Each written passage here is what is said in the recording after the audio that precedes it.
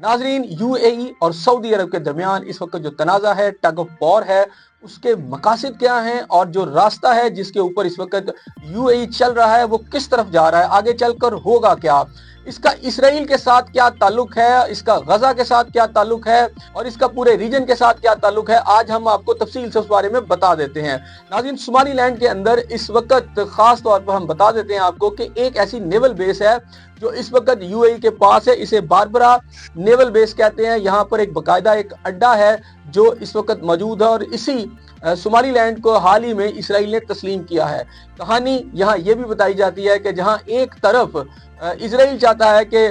जो यूएई है उसके फ्रंटमैन के तौर पर इस पूरे इलाके की थानेदारी करे और थानेदारी इस अंदाज में हो कि यमन का जो जनूबी इलाका है, जो समुद्री इलाका है, जो इस वक्त गल्फ ऑफ एडन के जो करीब है, और वो चाहता है कि जो बैनुल अक़वामी तजारत है उसके ऊपर एक उसका चेक आ जाए। तो दूसरी तरफ सोमालीलैंड एक ऐसा इलाका है कि अगर इसराइल के साथ उसके ताल्लुकात मजबूत हो जाते हैं तो इसराइल को एक बहुत बड़ा मौका मिल रहा है कि वो जो गजा की आबादी है उसको जो शिफ्टिंग करने का प्लान बहुत दिनों पहले जो है इस पर बात भी हुई है और ट्रम्प के बयान से भी ये सामने नजर आया। एक दौर के अंदर खुद इसराइल ने भी ये कहा कि गजा की आबादी बेशक सऊदी अरब ले ले या गजा की आबादी मिस्र में चली जाए। आज ये एक बहुत बड़ा ऑप्शन बनकर सामने आ रहा है। अंदरूनी कहानी जरा यही बता रहे हैं कि सोमालीलैंड भी तैयार है कि गजा के अंदर से जो इस वक्त 20-25 लाख जो लोग हैं जो इस वक्त बम्बारमेंट से, जो इजरायली कत्लेआम है उससे बुरी तरह मुतासिर है, उनको इस तरफ शिफ्ट कर दिया जाए ताकि गजा का वो इलाका जिसके बारे में ट्रंप ने कहा था अपने इक़्तिदार संभालते ही कि वो इस जगह पर एक नई इमारतें और एक नया सिस्टम और नए रेजर्ट कायम करेगा, उसके लिए मुस्लिम ममालिक जो है वो पैसा भी देंगे और उसकी फौजें आकर हमास को जो है डिसआर्म भी करेंगी। तो ये प्लान अब खुलकर सामने आ गया है और सोमालिया से ख़ास तौर पर उस इलाके से जहां दुबई की वहां पोर्ट मौजूद है वहां इसराइल जो है उसकी शराकत दारी वहां पर हो सकती है। इसी तरह दुबई का जो एक ख़ास एक तरीकाकार है जिसके तहत उसने इस वक्त जनूबी यमन के अंदर वो इलाके छीन रहा था,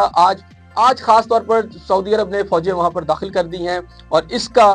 जो बुनियादी मकसद है वो ये है कि यूएई को रोकना है। नाज़रीन, यहाँ मैं आपको ज़रूर बताता चलूँ कि इस वक्त यूएई जो है उसमें एक बहुत बड़ी फोर्स काम कर रही है, उसका नाम है ब्लैक वाटर, जो इसके अहम जो है इस वक्त दफातर के अंदर काम कर रही है, इसकी सिक्योरिटी के जो मराकज़ है उसके अंदर काम कर रही है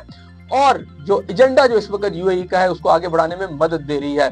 इसराइली वो मुल्क है जिसे यूएई ने तकरीबन ना सिर्फ माना है बल्कि इसके साथ साथ उसके 5 से 6 हज़ार जो लोग हैं यानी यहूदियों ज़ायनिस्ट को वीज़े भी दिए हैं और जो है वहाँ की जो है नेशनलिटी भी दी है। तो अब सूरत हाल ये है कि इस वक्त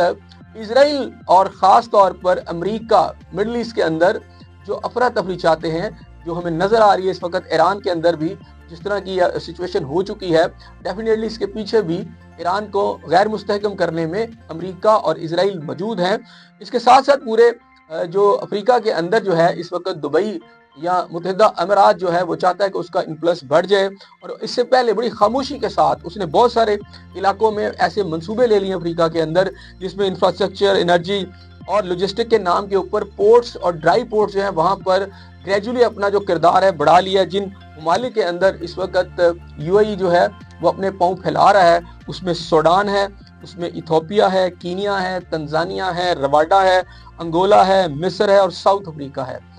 यानी एनर्जी के नाम पर यानी ताल्लुकात के नाम के ऊपर यूएई जो है बड़ी तेज़ी से अपने जो एक पाँव फैला रहा है और इसके पीछे डेफिनेटली यूएई के मकासद कम और इस वक्त इजराइल और अमेरिका के मकासद ज़्यादा नज़र आ रहे हैं।